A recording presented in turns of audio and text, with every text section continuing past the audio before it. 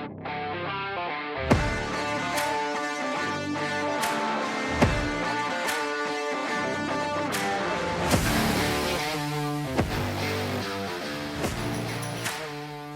right, everybody, welcome to Topps Daily Grind. We have a very special episode today. This one's pretty cool. We got the main guys from CRKT that are here with us, and we're talking about a collaboration that we did. A lot of people have been asking, when are we gonna, do more knife podcast, and then having the honor to have you guys on board. You guys ain't no small company, and for small Topps company to have you guys on is, it's great to be here. Seriously, so. Yeah, it's fun, and the honor's ours. Thanks for the invitation. Haven't been down the same path you've been going down for the last, how many years now, Leo? 25 years. 25. You're almost as old as I am then. Because we're sneaking up on 30 years. I guess that's part of what we're talking about today, right? Yeah. It's amazing how fast it goes, and you were talking about heat treating some samples. Yeah, we've been... The darkness of night and getting... I remember those days quite well. But it's something, I guess, that's probably my stress reliever, from the day-to-day business and, dealing with the books and dealing with that. I don't like that part. But being in my shop and being, that's what, I like to do. Sure. So we got Rod and we got Doug. Yeah. So Rod, tell us a little bit about yourself, a little bit about your company for those that are listening that don't already know. Well, let's see. I'm an old Montana farm boy. Grew up in a Wheaton cattle ranch in central Montana, and I dreamt about being a knife peddler my entire life. Okay, I got to start telling the truth now. That's not what I grew up.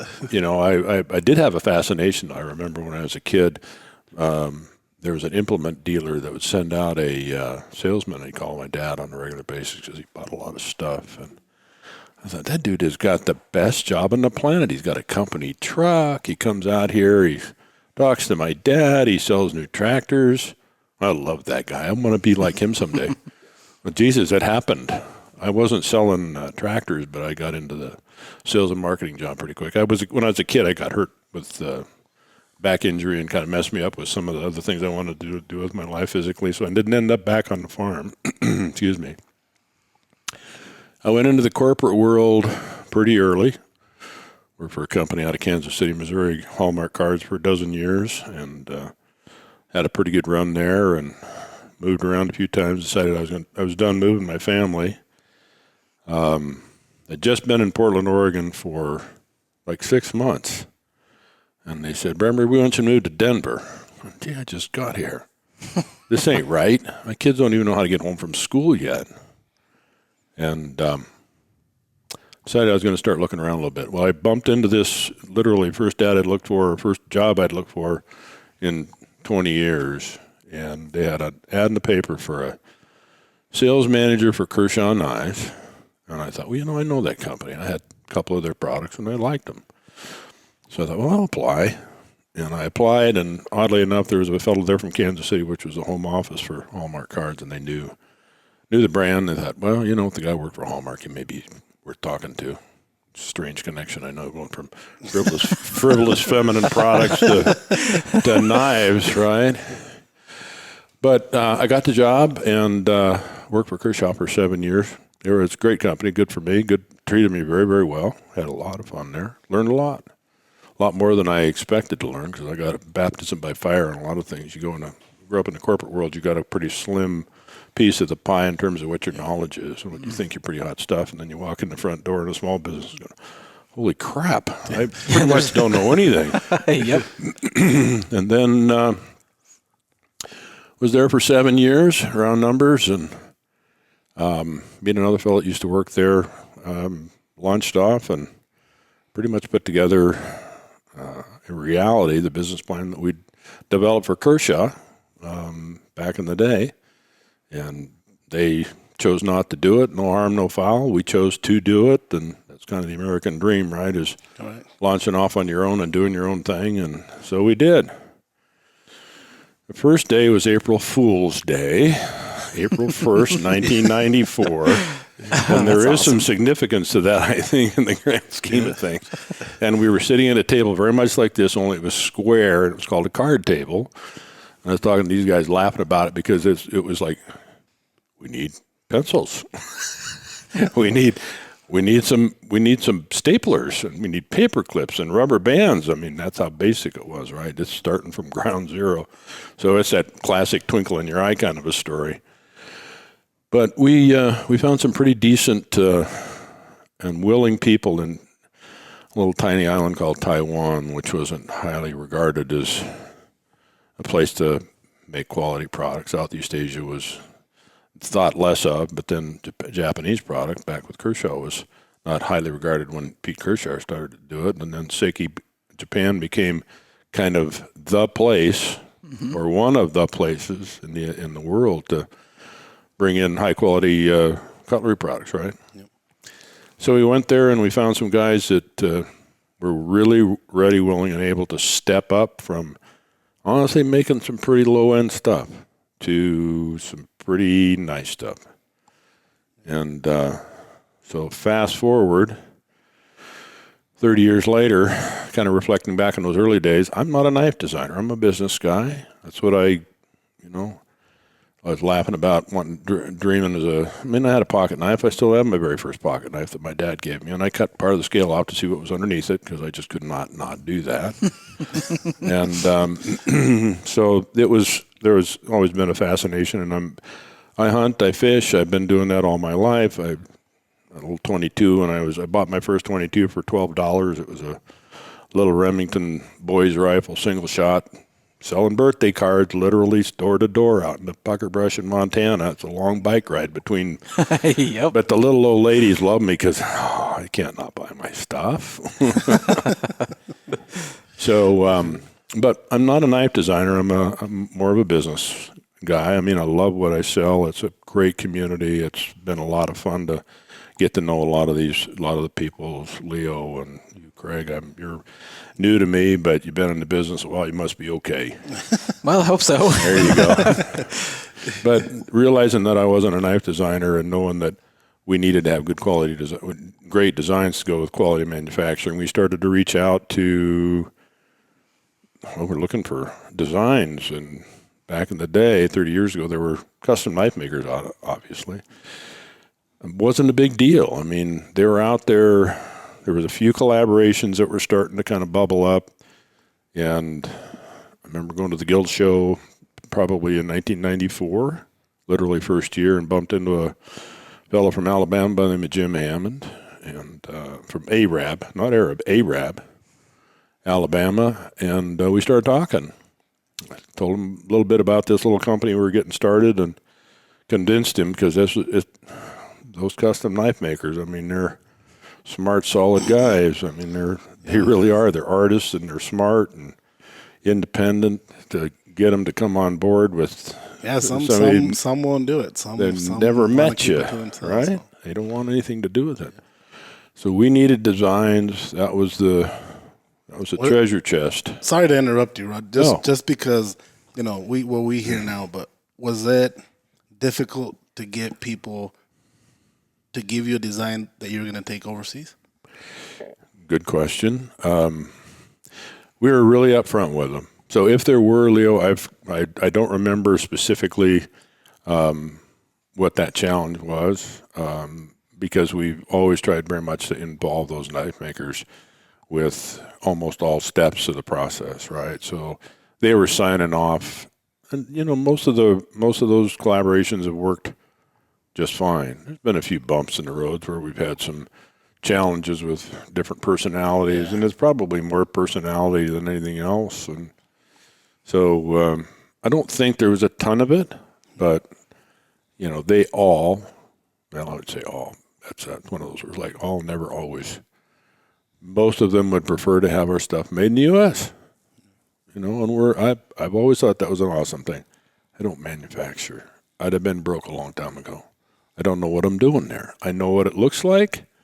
I know my way around the shop floor, but I'm not a manufacturing guy. So that's the reason. I mean, we started overseas. We've been doing it ever since. And we started with, I think our first USA-made product, Lou was with you. I believe so. I think it was that Karen Hood. Yeah, the Karen Hood Yep. collaboration. 'Cause I remember when you guys went down to the shop, and Mike was still here with us. Yeah. I remember that came up, that it was the first collaboration, and I remember Robin was on us, like him, and He's a tiger. No, and then I like working with him. Like I told Craig, when I first met him, the emails I'd received from him, I'm like, man, who is this guy? But then you see him, and he's a sweetheart of a guy, and I'm like, man, I'm like, if I didn't know him, I would take this personal. But no, it's always there. I remember it. It's been a while, 10 years we were talking about it here. So. Yeah, that's amazing. Yeah. Now that was, and I think the genesis for that too. To add to that, Leo, was Ron Hood had passed, Correct. Karen's husband, and he was doing a collaboration with Buck Knives. Yep. And he passed, and Karen was wanting to get into the arena as well, and close friends with Mike, and that's how it started. So we started talking to Karen about a variety of different things. Buck didn't have an interest, I think. I remember. Right. I think it was Chuck Buck that wanted to do something to help her out, and because they were just starting with Ron, and then Ron passed away, and he wanted to get something going, and then he passes away. True. And that's what sort of start. CJ, I don't know what Just kind of dangling out there, unfinished business kind of a thing. Yeah. So that's a little bit of what I remember, but sure, I remember she talked more to Mike than I was just in the shop or helping Mike out, but not really involved in what what was happening there. But it's a little bit of what I remember. Well, Karen kind of paved the way for us with Mike, and I'd met Mike at Blade Show just casually. Fell in the industry like me, and but at any rate, super solid guy, and I think we just got together partially because of personalities and Mike.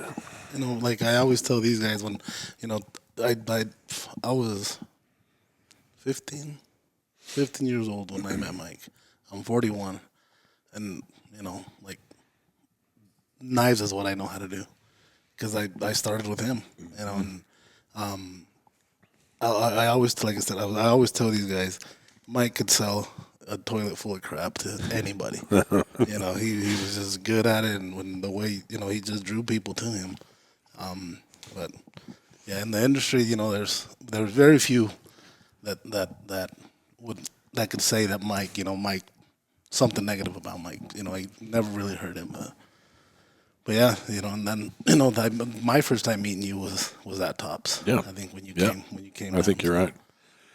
But it was the same kind of thing for me. It was, and it continues to be this way. And you asked about the custom knife makers, and I'm not going to go on because I could wear you out with these old stories, and you and I could drink a beer or two and be weeks before we came out. But it's that same kind of thing with the asked about the custom knife makers and offshore and all that stuff. There had to be a trust of pretty significant value for both of us because their name was going to be on it. That was a big deal to them, big deal to me, big deal to us. And the trust factor from that aspect and getting that mutual trust, same thing I think with you and Mike. It was, we're not just trying to be a one-trick pony with you. We're serious about this, serious about the collaboration with Tops. We think we can bring an element to you. We know you can bring a really important element to CRKT. I trust you. You trust us. It's we talk about Russ Comer and some of those things in a little bit here after we're starting to talk about that. Russ and I have had an agreement for 25 years, and it's a handshake. Yeah. We're a little more sophisticated, not that much, but a little more sophisticated now. But and Russ would tell you that if he was sitting there. He says, Bremer and I, that's what we do. So that's a big part of it, and I think that's part of our reputation in that crazy little community of custom knife makers and designers is we try and treat them right, try and honor their wishes and do the best we can. They know some limitations. Correct.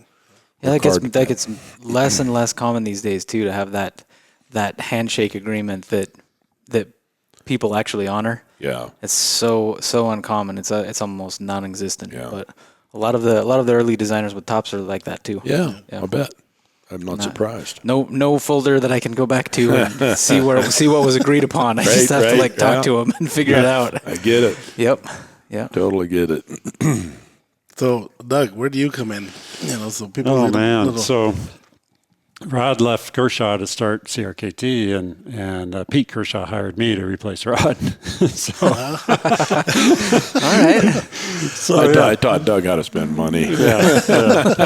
So I was there at Kershaw sweeping up Rod's mess. Oh, it's going to get personal. Okay, all right. We're getting into the weeds here. So You remember that legal term, quid pro quo? Oh yeah. Saddle up, cowboy. No, so I was at Kershaw and for 10 years, and then Rod's partner retired, and Rod called me up and said, "Hey, Doug." Retired? Whatever. He's gone. He's gone. And Rod called me up and said, "Hey, Doug, I need help. You want to come over?" And I, Kai with Jones Kershaw was very good to me, but Japanese owned, and it's hard working for a different culture and everything. And I was like, yeah, to go to work for an American. I knew Rod from all the shows and bumping elbows. And like, oh yeah, I'm in. So I've been here 20 years now. 20 years. 20 years. 10 I years. tell a story about Doug was a little paranoid when we started talking to him because I called him up and said, "Hey, Doug, my old partner is no longer here. I'm going to need some help, and I think you might be the guy." And we were we were meeting in the parking lot at Costco because Doug didn't want to get caught. I think he had a wig on at the time. Did you ever Cloak over his head. I had a really good job at Kershaw. I didn't want to risk losing that. In case this didn't work out, he was taking no chance. Yeah, fair enough. Till I inked the deal. It was like, oh, I can't be seen.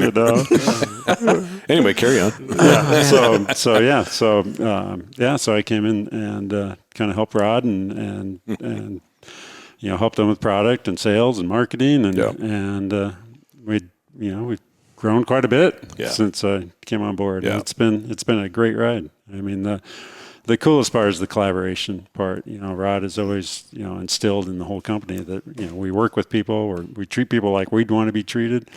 And it's worked fantastic. I mean, the Russ Comer relationship he's had with him. We've gone to Alaska and fish for king salmon and halibut, and done a bunch of fun things with Russ and all the other knife makers that we work with. I mean, it's just why don't we do that with our knife makers? I know. That's good. We need to get it. Some of those guys. Yeah, it was super cool because Russ was a fishing guide and a hunting guide. Big game, yeah, big game hunter. So he knew what to do, man. We'd go out, but when you go fishing with Russ, you're in. It never gets dark in Alaska in July. So you're all night. Last time we were out of bed. Okay, first one to catch a fish gets to go back to the room and take a nap because we were flat worn out. He catches it. Of course, he always catches the first and the biggest fish. Sorry. Yeah. So old people.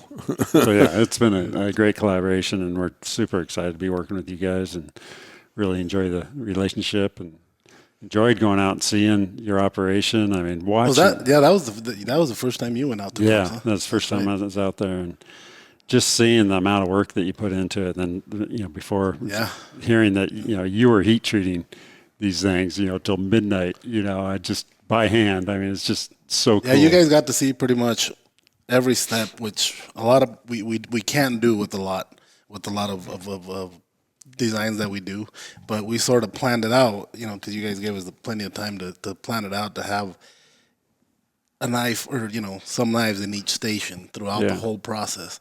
Yeah. So pretty like I told you guys, I'm dedicating this day to you guys. Yeah.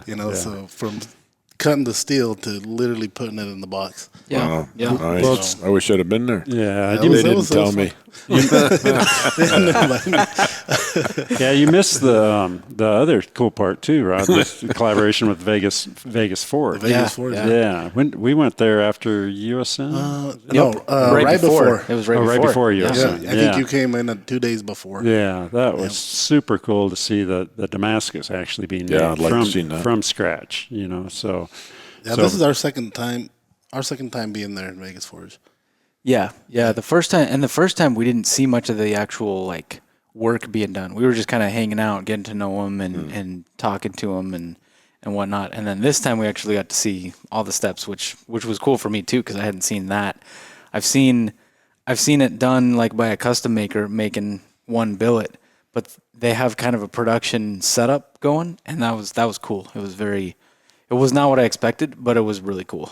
Yeah, and on their side too, they sort of planned it out the same. They had it, for each station, so we could get that whole thing on film too. So Yep, yeah, it was cool. Super cool. But yeah, so And now those- that we get into that, people are thinking, what are they talking about? What Yeah. What are we collaboration? talking so- about? Yeah. So we're This launching. is not why we're here. Come on now. Come on, Kyle. You told me this is what we were going to do. So we're launching two Russ Comer Designs hunting knives, and we're doing a limited run, 210 pieces on the Vegas Forge Damascus version. It's the random pattern. It's the AEBL AEBL. with 302 302. Yep. to give it the look. It's a stainless Damascus. Stainless Damascus, yeah. Walnut handle with red liners to just kind of touch it off a little bit. Very super nice. You're heat treating these all by hand. I mean, Like I said on Tuesday. Well, the Tuesday before we came down, Yeah. I was in my custom shop. So you have to do it in your custom shop because Just because I have the kiln, there's a kiln in there that I know how to use. Brand new one. Yeah. Nice and clean, And so fancy. and It's got Wi-Fi and everything. That's not even a joke. It actually Really? does. Yeah. Yeah, but the only reason it has Wi-Fi, Craig makes it sound. It's cool. No, it is, That you thing know. is cool. I'm excited about it. Never There's seen a, a yeah, heat treat. there's a little beep that it gives when it's ready. Oh. I can't hear that beep. Oh. It's like really. Yeah, his hearing's messed up. And so my phone will go off. Oh. And so, if I'm doing something, or sometimes I get distracted working on a knife, and it takes, so it's like 20 minutes that you leave them in there. And when there's 20 minutes, I'm trying to make a custom knife. I'm like, I'm not going to sit here and just look at the clock. So I start doing something else. And sometimes I get into it, really, and I'm like, I'm just going to finish this. And I look at the thing, 5 minutes, I can finish this. And I just keep going. Well, if my phone don't go off, then there's a problem. Then he's gonna overcook them, and that's not good. So, and so that's why it has Wi-Fi. so for the knife geeks, what's the difference when you're heat treating the stainless Damascus versus the carbon steel? So carbon steel, Benny. A lot of people, know what Benny does for us, but Benny will do a differential heat treat that we call it on 1095, and on the stainless, we do that in a stainless steel wrap. We wrap individually each one, and stick them in. We do a 20-minute. It's 20 minutes, Yeah. There's a little more to it than that, but it's about a 20-minute soak at the temperature you're supposed to hit. Okay. But yeah, so your 1095. For us, we're doing it in a forge. You can do kiln as well. There's different ways to do it, but we do it in a forge and oil quench. Mm-hmm. And so it's still kind of one by one, but the oil quench is the main difference. Mm-hmm. So with a stainless Damascus, you're not quenching that in oil. This steel actually could be quenched in oil. But the way we're doing it makes it a little bit quicker and a little bit faster to do some of the cleanup and buffing afterwards than if we had to grind off a bunch of scale. We do something called a plate quench. Okay. So they're aluminum plate, 1 inch thick. I think so, yeah. I think 1 inch thick. And they're pretty much frozen. Oh. We take them out of the freezer, get them ready to go right before they come out, and then put them individually stack them in between the plates, and then but you're doing this in a matter of Seconds. So, yeah. Okay. Yeah. So that's Because you have to cool it fast. Yeah. That's what a lot of people don't. I think a lot of people in the knife world, they talk a lot about the steel and they gloss over the part that actually makes it a knife, that heat treat. Like you have to introduce that heat to a really rapid cooling, or you don't actually get the hardness. Right. But that also introduces a lot of stress, a lot of potential for issues, and so that's why the temper is after that. And the temper is pretty easy. That's just a lower temperature for a couple hours, 1 or 2 times depending on the steel. Sometimes the Sub-Zero treatment is important, but But yeah, that's that main thing that makes it a knife is that get it really hot and cool it down really fast. Yeah. And so Something the custom knife makers taught me a long, long time ago, and that's the steel is a super important part, but the really critical part is the heat treat. absolutely. Got to do it right. You can take a really, really nice piece of premium steel and mess it up in the heat treat and flip the coin, take a pretty average piece of steel, do a really hot dog heat treat. Yeah, and you So make it's a quality real, blades. Yep. Yeah, make it real story there. And see, with this one being stainless steel, a lot of people think, oh, the Rockwell, is 61, 62. Not with the stainless Damascus. This you're gonna get it the hardest you're gonna get it's about 58. And it's tough too because your normal Rockwell tester is, it's basically a diamond that's hitting the metal, and the dent that it makes tells it how hard it is. Well, if you got a soft piece and a hard piece next to each other, and your reading's going to be a little tricky with that.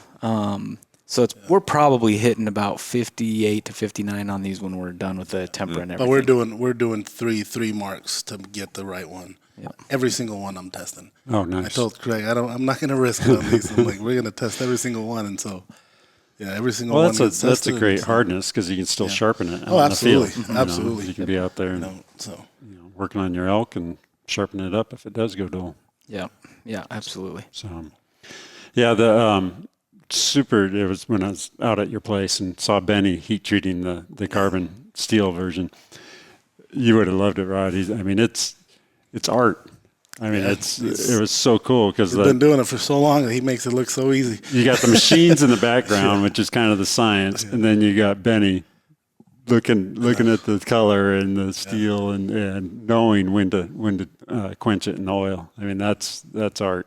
Yeah, when you get that color just right. Yeah. And that's Benny's done that enough. He doesn't even have to think about it anymore. He's just got it. He just got it down. He's like, "Yep, it's good." That's awesome. And then we have a production version, which will be in the line for a long time. And this is again 1095. Yep, with 1095 the Cerakote. Yep. And it's got a micarta handle that Benny hand shapes. Yep. This is not done on a machine, Rod. This is done by hand. That's what you were telling me. Then we stick with the red liners to make it tie into to the limited edition one, and they both come with just amazing leather sheaths. They're just the feel of this leather is just incredible. The snap is unique. It's a very cool sheath. It's a perfect fit for that knife. Yeah. Well, it's a custom sheath look, right? And it fits in nicely with the custom. This is a custom knife, right? Yep. Yeah, Leo, he treated him. Yeah, it is. We did a lot by hand. Even with cleaning those, the we did a flats, lot. Even cleaning the flats. Maybe we should put that in the marketing literature on the heat treat, if that's okay. No, anything. Heat treat. That's a legit part of the collaboration, Absolutely. right? Yeah, that's super. So cool. how does this knife come to CRKT, or why this knife for your 30th anniversary? Yeah, so we wanted to celebrate the relationship that Rod's had with Russ for all these years, and we wanted to collaborate with Vegas Forge and Tops, and make it an American-made collaboration, and just it really symbolizes everything that CRKT is stands for. Because we seen on the website he has quite a few. He's got quite a few designs. Yeah. It started with the Bear Claw 25 years ago was the Russ Comer Bear Claw, which this one here is the rafting version. It's got the blunt tip at the on the tip. So EMT rafting, all that kind of stuff. Yeah, I met Russ. In the 25 years ago, I'd have to go back and really absolutely to pin the date down. But our good friends at AG Russell, AG, when he was still alive, he called me up and said, Bremer, he said, you might want to talk to this young knife maker up in Anchorage. His name is Russ Comer. I said, okay. AG was a legend, right? He knew his stuff, and everybody had a huge amount of respect. And he knew what we were doing and kind of how we were going about our business and the design element. And he says he's got this cool little product called a Bear Claw. He says, I think you guys might be able to do something with that. So I flew up to Seattle because Russ had come down for a custom knife show and had breakfast, shook hands, kind of did the deal. And that design, yeah, I mean, there was a couple of, it was just a neat piece, right, to start with, and the whole indexing with your finger, and it's just an extension of your hand. The bear claw thing was, he was the woman that his wife at the time worked at a Ford dealership in Anchorage, and he was a little bit nervous about her walking home at night or walking to her car at night and walking down the street. And so I remember the tagline on one of the photographs we did in one of the early catalogs for, this was for, I don't know what it was, and independent women. So it was all about self-defense and protection, because once you get the sharp pointed one in your hand, it's going to be really hard to get rid of it. So you can walk down the street with this in your hand just like this, and nobody's going to take it away from you. You're just say you're going to have a pretty good chance of at least getting somebody's attention. And then the whole concept, and Russ spent a lot of time, because he was a hunting and fishing guy in Alaska for 20 years. There's always a handful of bush pilots would end up catching their floats and their skis when they'd come in for a landing, flip the plane over in the water, and drown, because they couldn't. Their body weight, their mass was down against their belts, right? So here they are upside down in a plane, water coming in. They can't get under the strap to cut themselves loose. So you go up to Alaska, and there's an awful lot of bear claws strapped to the yoke on them, and that's what they're there for. I mean, he's always been that very purpose-driven guy when it comes to design, especially kind of unique, specific markets, and that's where this bear claw came in. So that's how I got to know Russ, and Russ is probably one of the most intelligent guys I've ever met. He's not a classically trained engineer, but I promise you could sit him right across the table from some of the best. And if there's a problem to solve, there's a pretty good chance Russ Comer will be able to solve it for you. So I've given him some stuff over the years where I've found, purchased, whatever, some mechanism, some art of some sort, and said, Russ, this doesn't work right, but I like the idea. Can you fix this? He loves that. But it drives him insane, too. Man, I know there was one called the Fulcrum that I asked him to make it work. He said, Bremer, you have no idea how many times I threw that across the effing garage. And so he's just become one of those really good, he sits in a tree stand 150 days a year hunting whitetails because he's obsessed with whitetail deer. It's a sickness. I think there's a support group, and Russ leads it. He says, I'm Russ Comer, and I haven't been in that deer stand for 9 days. But we've hunted and fished together and for a long, long time, and he's a good friend. He's a real close friend, and we talk regularly, and he says, Bremer, if you don't like it, tell me. I'm good. I don't expect you to do everything that I do. I don't expect you to bring everything that I produce to market. He is a genuinely talented, probably one of the best freehand grinders that there is. I remember Kit Carson, who is our M16 legend to me. I mean, he keeps the lights on, and the people paid at CRKT still sells since 1999, I think we did that. And Kit was up there in Alaska doing a show, and Russ was in there. And Russ had been, custom knife making for a couple of years. And we'd started with him, with Russ. We'd been with Kit for a while, and Kit was judging. And Kit picked up this knife at Russ's, and he said he didn't know it was Russ Comer's knife. He'd blindfold himself, and he'd pick up the knives, and he'd take his, I don't have fingernails, but he'd take his fingernails without his, to check the grind, and he'd go back and forth like this to see how even it was. Mm-hmm.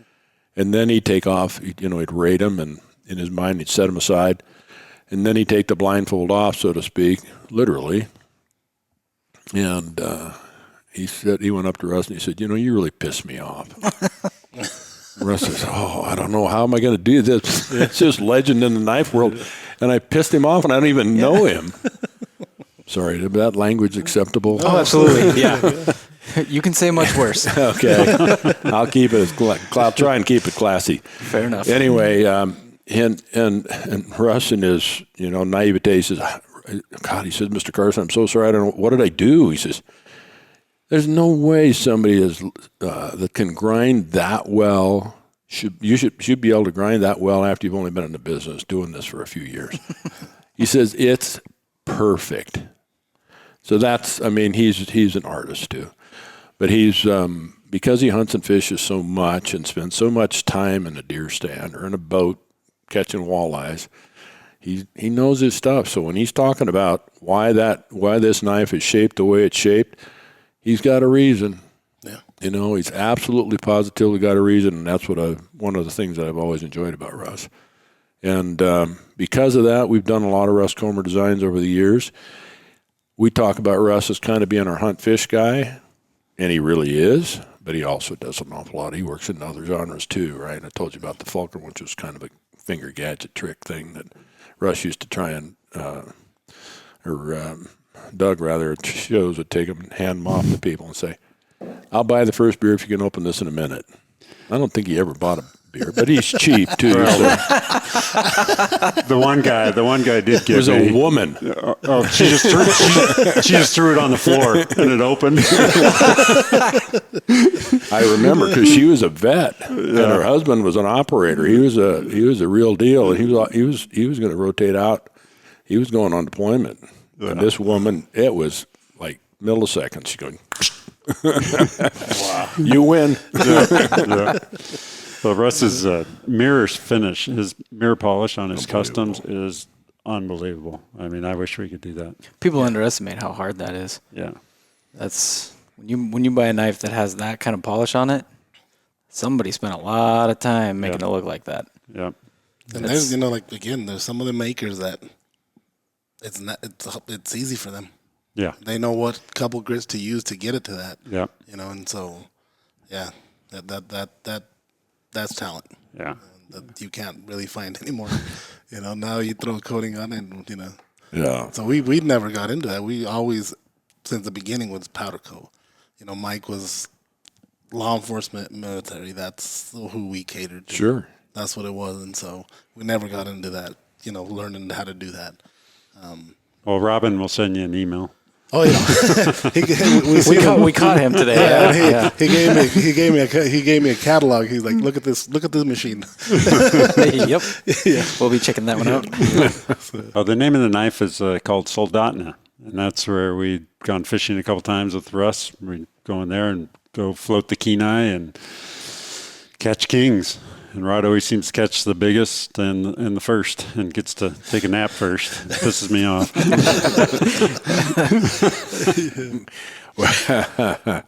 I love that part. Oh, God. Oh, man.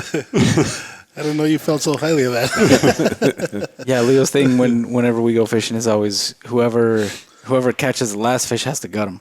Oh. So that's typically me. That's typically Yeah, that's usually. I have another one I do with my grandsons and my son-in-law, and so we go out either Monday, Tuesday, or Wednesday before Thanksgiving, and so we're in the Pacific Northwest, so we go out and fish one of the coastal rivers.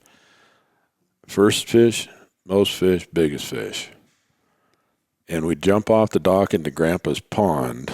For every one you lose. And the pond's about 50 degrees that time of year. My grandson, he caught, I don't know, the last time we did this, I think it's been outlawed actually.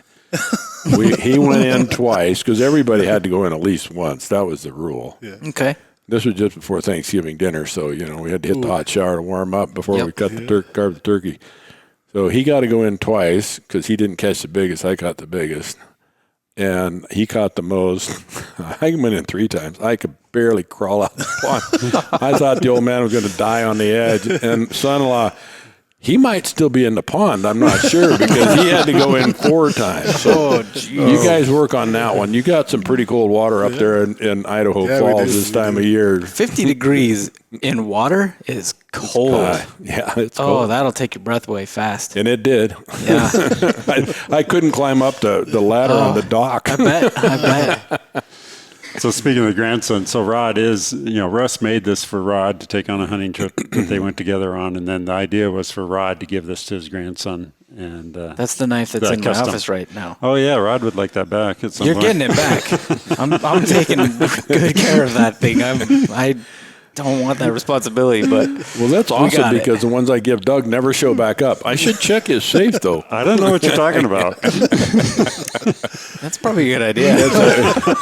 Now look what you've done. You created a criminal. He's going to steal knives like you do. No. Trust me, that one's coming back. I don't want that. I don't want that one on me. That's a pretty one, isn't it? It is. It is a good looking knife. Yeah, and that's got that mirror polish too. It does. Yeah, and the bolsters, there's zero seam between the pins and the bolster. That's something. You cannot. Yeah. Like if you didn't know where they were, that you won't know. Yeah. You can't find them. It's that polish again. Yeah. The way he puts that polish and blends them both in. He's a master at that. He always sends me pictures of stuff. His daughter's getting married in August, and he sent me a picture of his the cake knife. And his yellow lab is in the background. I said, does the dog come with? He says, you can't have my dog.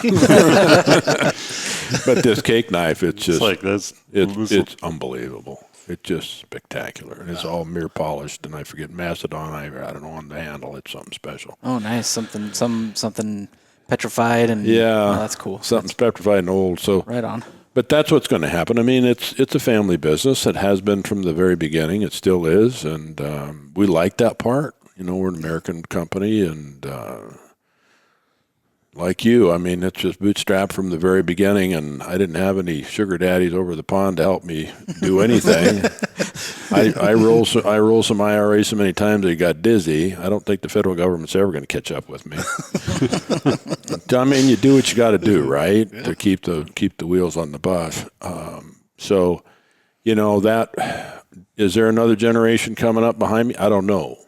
I don't know if my grandsons are going to be interested in getting into the business, but my youngest grandson likes to hunt and fish with Gramps, and so I'm pretty sure that he knows he's getting all my fishing rods and guns anyway when I'm gone. So this one will probably end up in his hands at some point. That custom knife, and Russ does that. That's part of his DNA too. He'll build stuff. So if we go fishing someplace, or we've been fortunate to go to Africa a number of times with Russ. We like to do that, and he always shows up. If there's somebody new in camp that we've not gone to, he makes a custom knife for them. So they've got something really special to remember that trip. And that's kind of how Russ rolls. He's just that kind of guy. He doesn't think about it.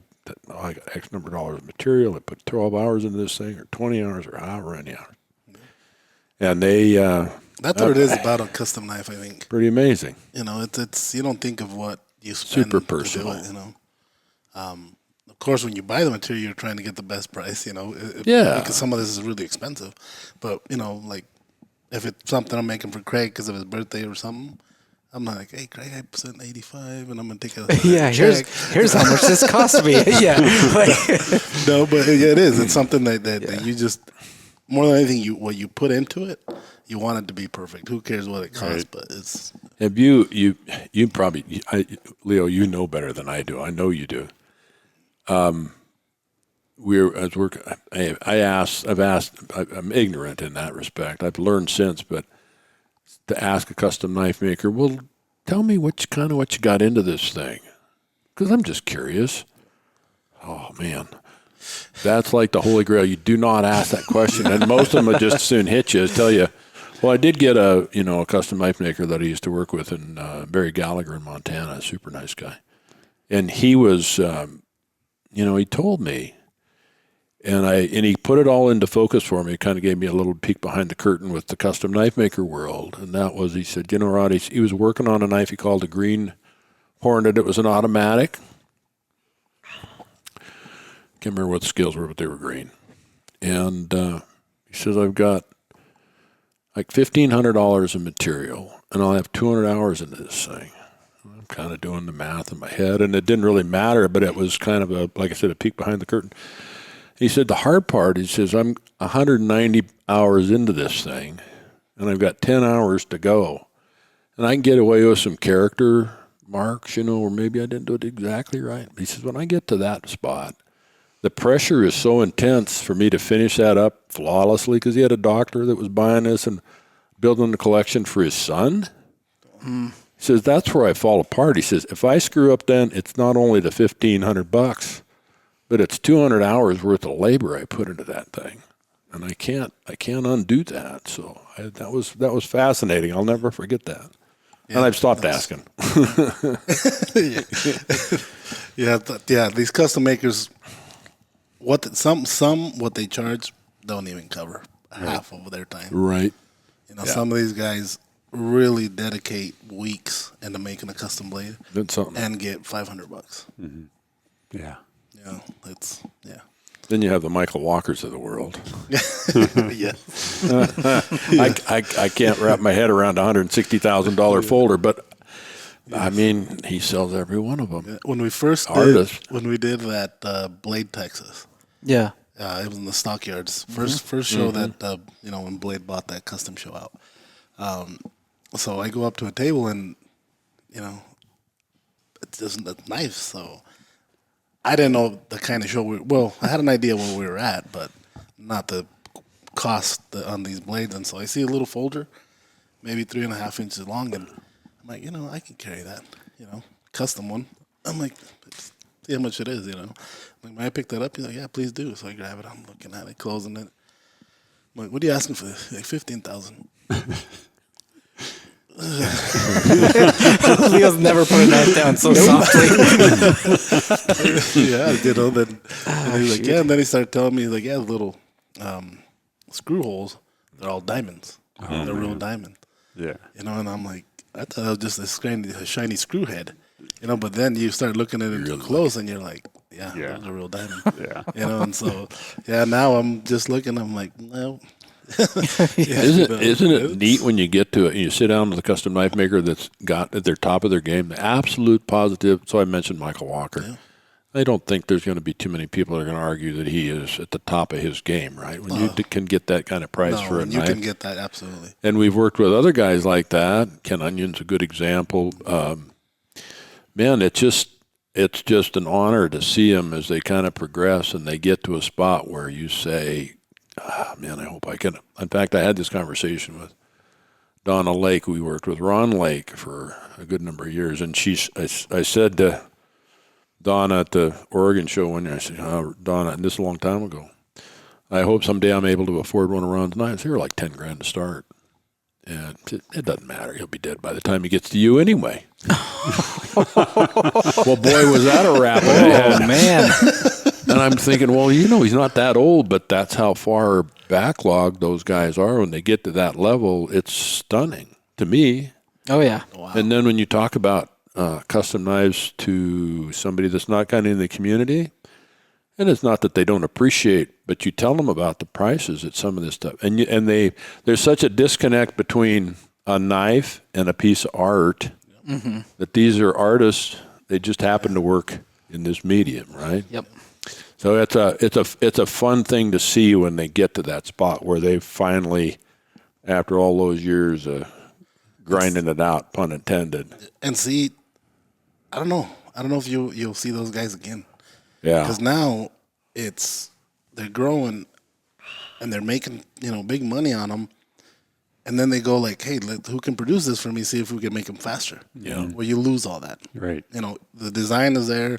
Like say us, we'll make it for them, but we're manufacturing. Right. Production. Big quantities, and you lose what you had. Right. And so like these guys, to be able to meet people like that again, I don't know if we ever do it again. Yeah, that door may be kind of closing. You may be right. Yeah, you may be right. I think about it, and sometimes we're talking, and I'm like, who? Tell me who that you say a name and you recognize them like this. Mm-hmm. Yeah. You say old names, and you're like, man, yeah, you'll never get one of those names, right? But I don't know. It's yeah. now it's not really of what's coming out, and now it's how many can you make and how much. Yeah.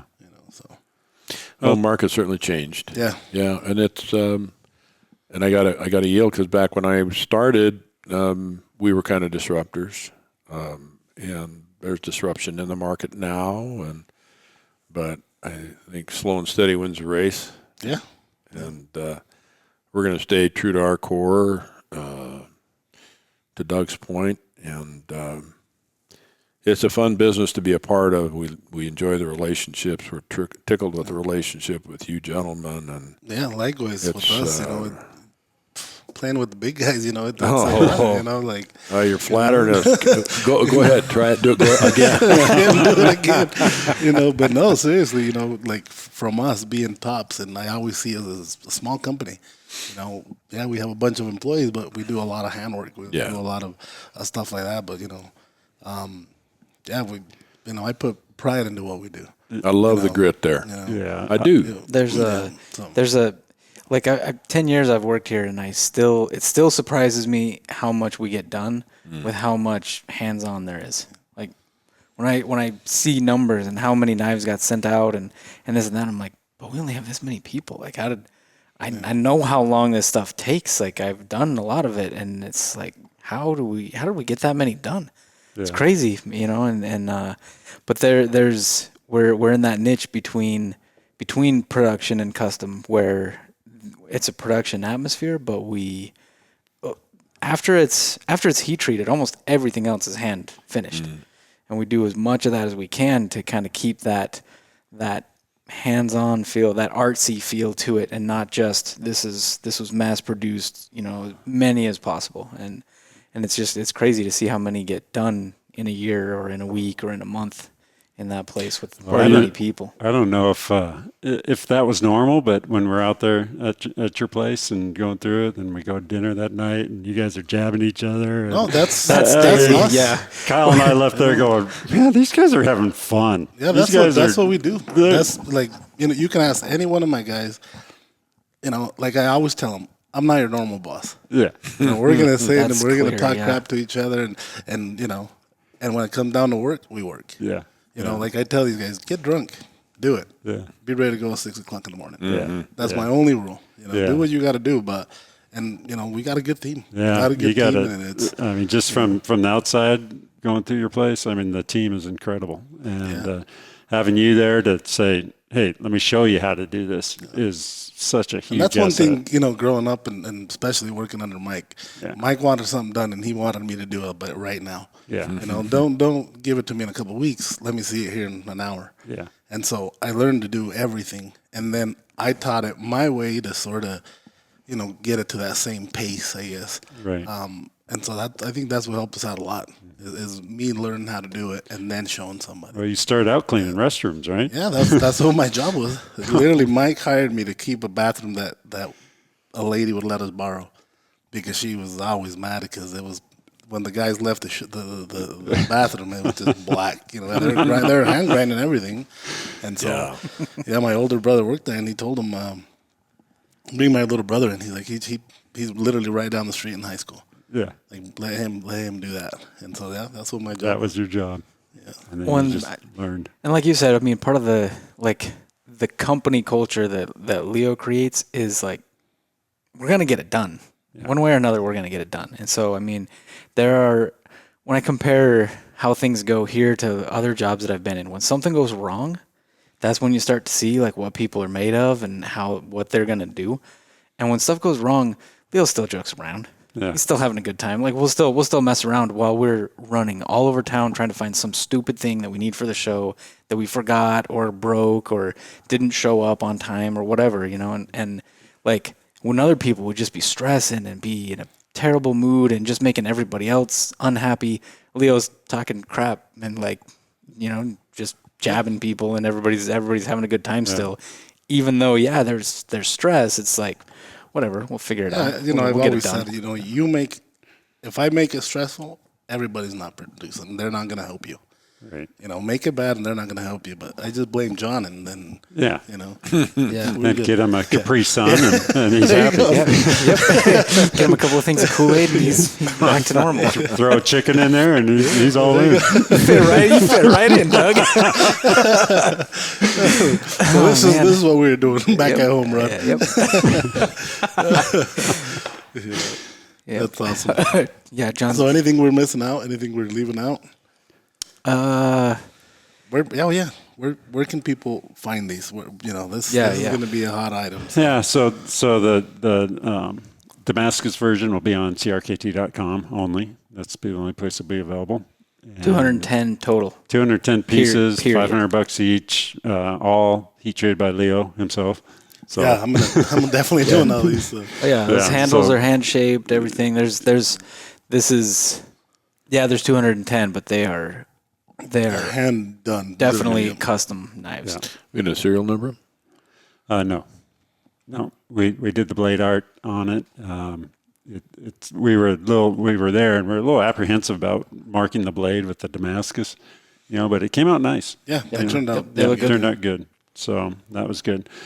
And then the production version will be available at dealers and CRKT.com.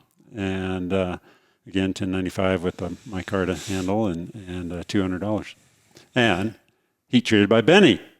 Yeah. Yes. If you've ever met Benny, you know. He's seen him in some of our videos. Yep. Well, guys, again, it was an honor to have you guys on a company like you guys to be on the Top Daily Grind. It's a great big to thing be for here. us, It's a big deal. Yeah, thank you very much. Appreciate that. Then especially having Rod, we were talking, I'm like, would he jump on a podcast? And Doug's like, I think so. Yeah. Because he's been telling you I was in formaldehyde, right? He's just in the corner over there. We don't know if we can wheel him down there. I didn't tell you he was a talker, though. He can talk. No, That's it's great. I mean, these types of conversations are important, I think, especially what we're talking about, like who's the next generation and where are they? Like they're hopefully listening to this and gaining some knowledge and some ideas and some inspiration to start their own thing and keep it going. Amen. And being in the knife world, a lot of people think like, Tops is competing against CRKT or whoever. There's no. It's a big community. That's what people that are outside of this need to understand. Like we're in it to help each other out, So Well, let me add just a little bit to that since I've been dubbed the talker of the group. Like I think I learned from Doug, but the old line about a rising tide floats all boats. I believe that, and people have called bullshit on me from time to time when I say things like that. But truly, I mean, no matter where or how you sell or market your knives, it's important that the category is vital. I want you guys to rip it.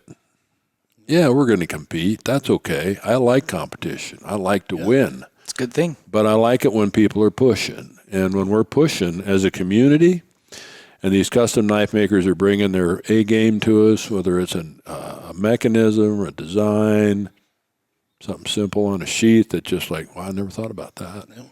Yeah. It raises the interest. It keeps those enthusiasts in the market excited about what we're doing. They're spending their money with us. And if you're hanging on a hook in a store or you're selling your goods on Amazon or on your own website or somebody else's website, it's critical that we keep their attention. Yeah. So if we work together as a community and we do that, everybody's going to prosper at the end of the day. Yeah. So Absolutely. Keep bringing it. Absolutely. Yeah, absolutely. We will do that. All right. All right, gentlemen, thank you so much for being on. Hopefully we'll get a chance to do this again Absolutely. It'd be a hoot. in Thanks the a not lot. too distant future. Yep. All right. Thank you, guys.